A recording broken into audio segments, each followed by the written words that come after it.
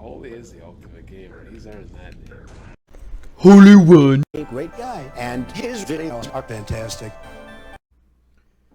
What's to do, YouTube? It's Holyone, and it's that time of the year again for my top 10 most anticipated games for the next year of 2022.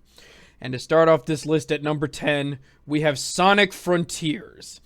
Now, I haven't really been liking the new Sonic games. The last one I really heavily enjoyed was Sonic Adventure 2.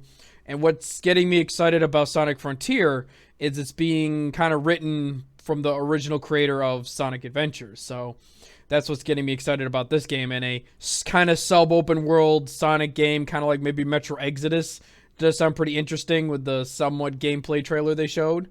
So I think having the freedom to explore maybe a Sonic world and experience it more than a linear path, which we've had for the past 15, 20 years, would be really cool.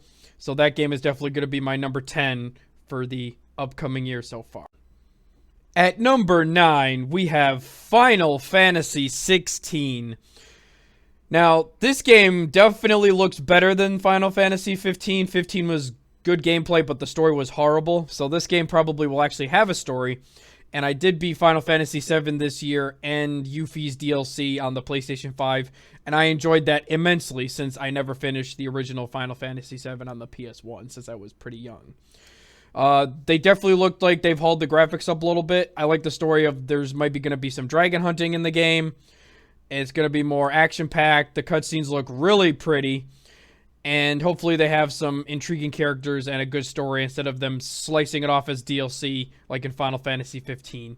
So if they can get all that right, this game's definitely going to be awesome. It will be coming to PlayStation 5 and PC, but no Xbox or Nintendo Switch, obviously. So definitely keep a lookout on those platforms if you guys have either one of those. And I think it might be coming to PS4, but I could be wrong on that one.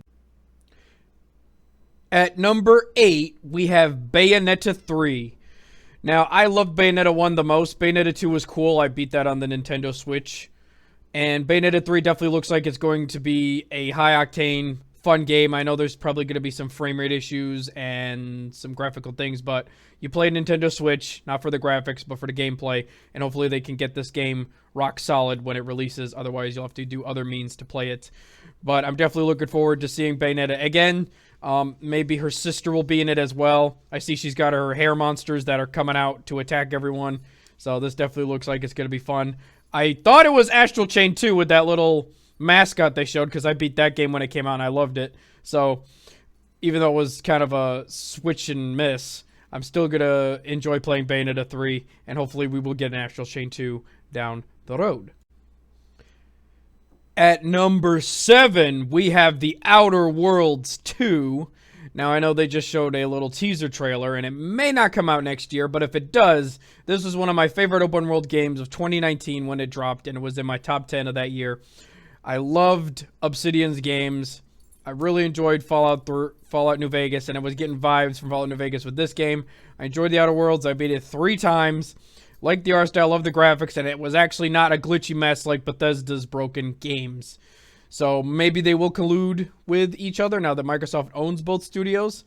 But I'll definitely sink at least 50 plus hours in this game if it does drop, making different characters, doing different storylines. I'm wondering if they're going to go into new planets. Maybe it's going to be the next generation of people, or if it's a prequel. We don't know, but I'm definitely looking forward to The Outer Worlds 2, dropping probably only on Xbox and PC. So definitely looking forward to that if it does drop next year. Number 6, Suicide Squad. Now, the previous trailers they showed for this game didn't really get me interested too much. I was kind of on the fence. I'm like, okay, it's made by the Batman creators. I like them. I really enjoyed their games back on the 360 and all that sort of thing. And then we got some gameplay trailer, and the gameplay looks tight. It looks like the Justice League's being controlled by something.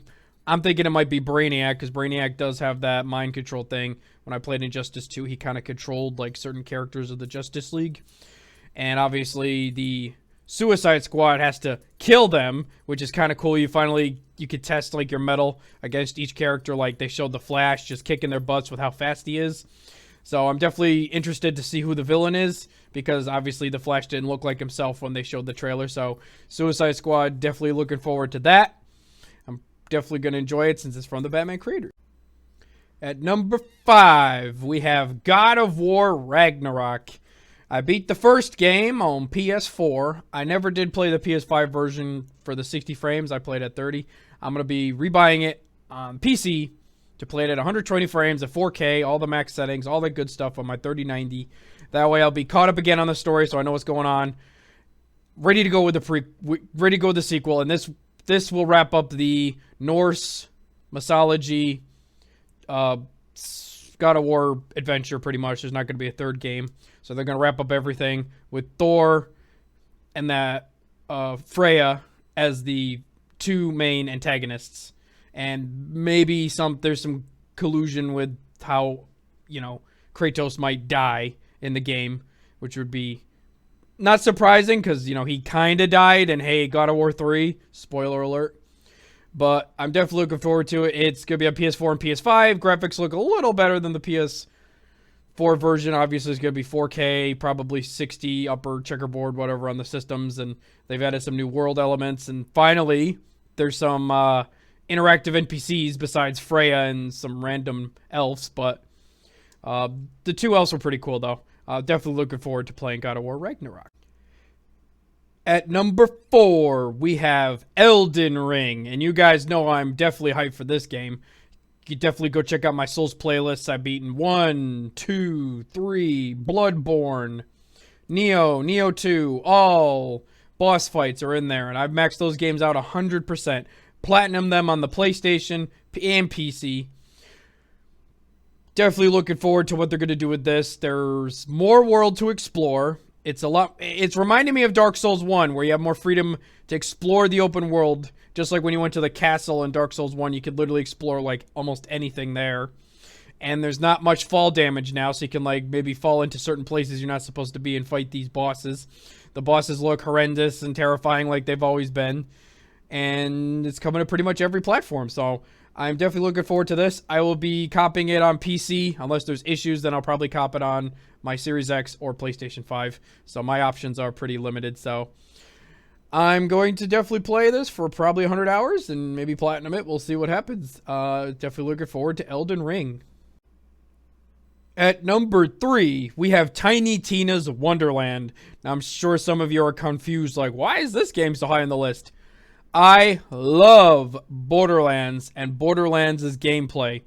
From Borderlands 1, 2, 3, I platinumed all of them on the PC and the PlayStation. And I played them on the Xbox. I played them on every platform. I love the gameplay.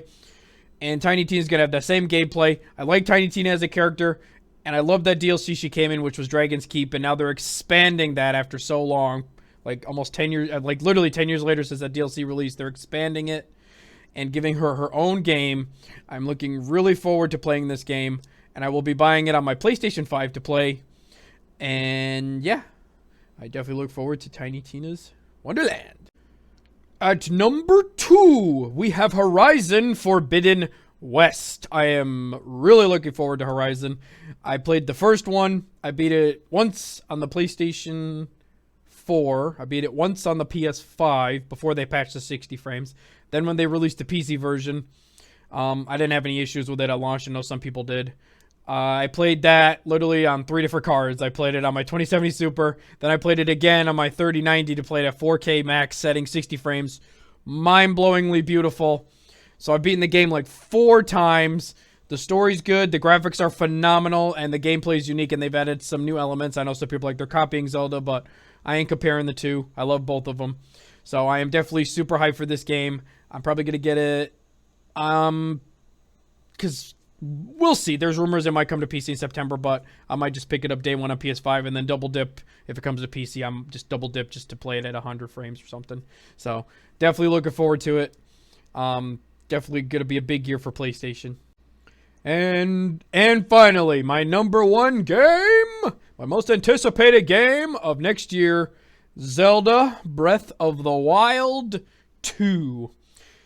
This game, I got my Switch day 1 when it released. Got it from GameStop, picked up Zelda, and I played that game for a month straight. 100% of it. And people were like, you're crazy, 100% of that game in day 1.